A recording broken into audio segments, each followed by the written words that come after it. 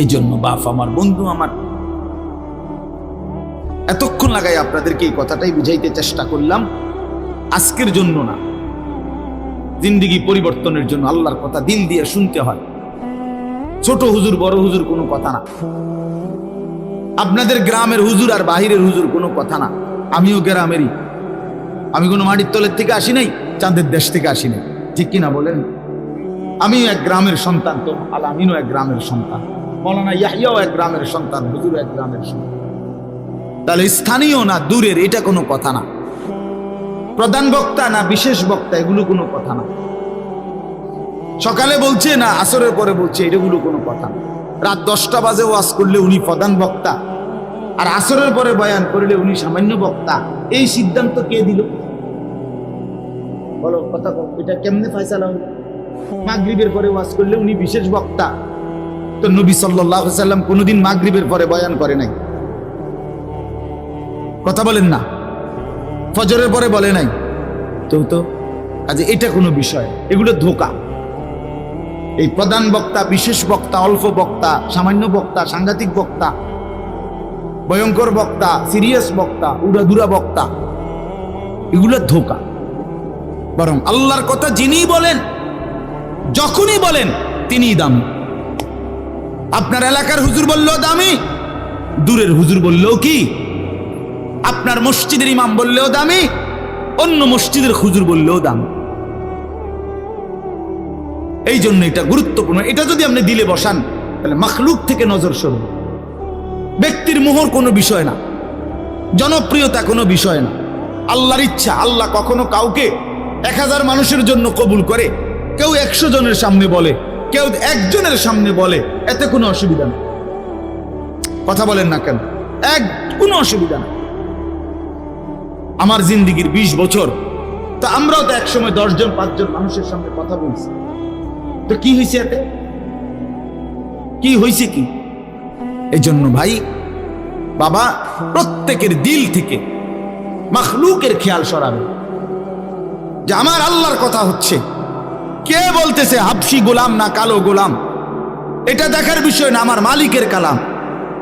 কার কালাম? আমার আল্লাহর কথা, আমার রসুলের কথা। এরপরে আর কি? এরপরে আর কি? এই জন্য ইনশাআল্লাহ ওলামায়ে কেরামের কথাগুলো সব সময় মনোযোগ দিয়ে শুনলে ভাই বরকত হবে। ধীরে ধীরে বদলাবে, ধীরে ধীরে বদলাবে। মুসলমানের ছেলেরা, বাবারা, 1 মিনিট বাপ আমার, এই যে কয়জন বসছো ভাই, ভাইবা দেখো, 365 দিনে 1 বছর, 1 বছর কোনো দিন যে ফজরের নামাজ পড়লা না, তোমার এটা কেমন জিন্দিগি বাপ? কি পরিমাণ আল্লাহকে ভুলে গেছো? তোমার উপরে খোদার কি পরিমাণ লানত পড়ছে, অভিশাপ পড়ছে। 1 বছরে কোনো দিন ফজরের নামাজ পড়লো না। বাবা জীবিত, মা জীবিত, মুসলমান, বাপমার ঘরে ঘুমায়, অথচ কত বড় জানোয়ার এটা! এটা তো আস্তা জানোয়ার, এ তো মানুষের বাচ্চা না, এটা তো আস্তা জানোয়ার। এটা তো একটা চতুষ্পদ জানোয়ার ছাড়ার কিচ্ছু, জন্তু ছাড়ার কিছু। মুসলমানের বাচ্চা কেমনে এতদিন আল্লাহকে ভুলে থাকে? 30 বছর মানুষের মিথ্যা বলে।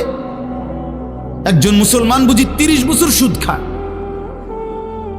কি বলেন? বলে 30 বছর আপনার ঘরে নাচ গান চলবে, প্রতিদিন নর্তকী নাচবে, টেলিভিশন, নাটক, সিনেমা চলবে। আহা, আখিরাতের কথা কোনোদিন মনে পড়বে না? কোনোদিন কি বলবেন না যে এগুলা গুনাহ? 30 বছর লাগাতার মিথ্যা বলবেন, গালি দিবেন, ওজনে কম দিবেন, এ কেমন জিন্দিগি বাবা? 60 বছর বয়স, এখনো বিড়ি সিগারেট খান, কতদিন পরে মনে পড়বে কবর? 60 বছর বয়সও কথায় কথায় গালি দেন, কত বছর পরে মনে পড়বে কবর? 60 বছর বয়সও চা দোকানে বসে বসে রঙিন টেলিভিশনে নর্তকীর নাচ দেখেন, তাহলে আরো কত বছর পরে মনে পড়বে আপনি মরবেন? ইনসাফের কথা কোন, বিচারের কথা কোন? এখনো মরার সময় হয় নাই, এখনো ফল পাকে নাই। এখনো হায়াত শেষ হয় নাই, দুনিয়া আরো ভোগ করবেন। কবরে যাইবেন না তাইলে? আপনি তাইলে মরবেন না চাচা? আহা বাপ, কেমনে বলেন? আলাম ইয়ানি লিল্লাযীনা আমানু আন তাখশা কুলুবুহুম লিযিকরিল্লাহ। রব্বুল আলামিন বলেন, মুমিন ইমানদার, আমি আল্লাহর ভয়ে, আমার স্মরণের জন্য, আমার জিকিরের জন্য তোমার দিলটা নরম হওয়ার সময় আজও কি হয়নি? আলাম ইয়ানি, আজও কি হয়নি বান্দা? আজ অনেক দিন হয় আমারের সেজদা দাও না, তাহলে কি বান্দা আর কোনদিন সেজদা দিবা না? আল্লাহ ডাক দিয়ে বলে, বান্দা তাহলে আর কোনদিন বুঝি হালাল খাইবা না? আমি যে তোমার জন্যই জান্নাত বানিয়েছিলাম, কেমনে প্রত্যাখ্যান করে দিলা? শুধু এইটুকু দুনিয়া পেয়েই কেমনে খুশি হয়ে গেলা? এটুকু দুনিয়া তো আমি জন্তু জানোয়াররাও খাওয়াই, এটুকু দুনিয়া তো আমি কাফের বেঈমানকেও খাওয়াই, সামান্য এটুকু দুনিয়া নিয়েই খুশি হয়ে গেলা? অনন্তকালের আখিরাত তাইলে নিবা না? কুলু ওয়া তামাত্তাউ কালিলান ইন্নাকুম মুজরিমুন। আল্লাহ বলেন, নাফরমান পাপী বান্দা, অল্প সময়ের জন্য দুনিয়া খেয়ে নাও, দুনিয়া ভোগ করে নাও। ইন্নাকুম মুজরিমুন, শুধু কেবল মনে রাখো তুমি কিন্তু নাফরমান। খাও, নাস্তা খাও, রাতের খানা খাও, শুধু বান্দা মনে রাখো ফজরের নামাজও পড়ো নাই, এশার নামাজও পড়ো নাই। খাও বান্দা, খানা দুনিয়া আমি আটকাবো না, শুধু মনে রাখো আমি হাসরের ময়দানে কিন্তু ছাড়বো না। ইন্না লাদাইনা আনকালাও ওয়া জাহিমা। আল্লাহ বলেন, আমি কিন্তু আগুনের শিকল বানিয়ে রেখেছি, জাহান্নামের আগুন কিন্তু প্রস্তুত করে রেখেছি। দুনিয়া তো আমি খাইতে দেই বান্দা, দুনিয়া আটকাই না, ডাকলেও খাওয়াই, না ডাকলেও খাওয়াই। অনুগত অবাধ্য ইমানদার বেঈমান আমি তো সবাইকেই দুনিয়া রিজিক দিচ্ছি। এটা কথা বলেন না কেন? সূর্যের আলো কাফের বেঈমানের বাড়িতে ওঠে না?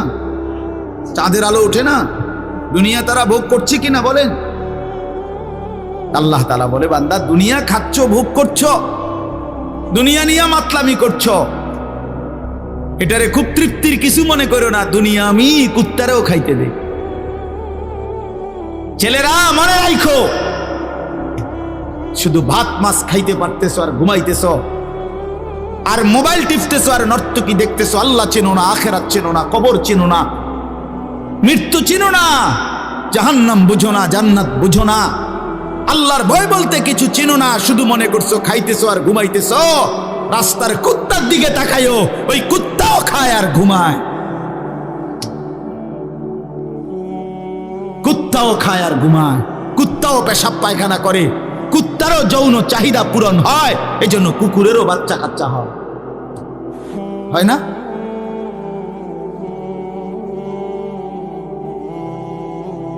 আল্লাহকে কেন ভুলে যাব আমরা?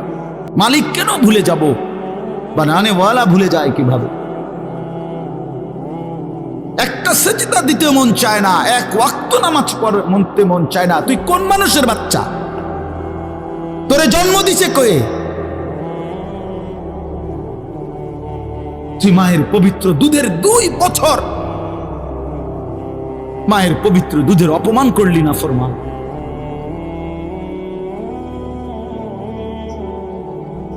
এই জন্য আমরা প্রত্যেকে ফিকির করি,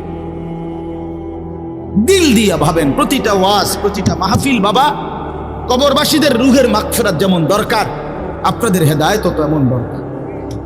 ঠিক কিনা বলেন? কবরবাসীদের জন্য, ওরা তো চলেই গেছেন, ওনারা তো চলেই গেছেন, ওনাদের জন্য দোয়া ছাড়া আর কিছুই করার নাই। না আমি ওনার কিছু সংশোধন করে দিতে পারবো, না উনি ওনার নিজের কিছু সংশোধন করতে পারবে কিনা বলেন না?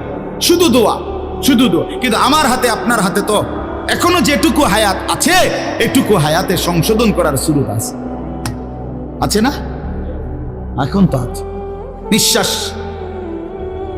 যাওয়া পর্যন্ত তো সুযোগ আছে বাবা, এখনো তো সুযোগ আছে।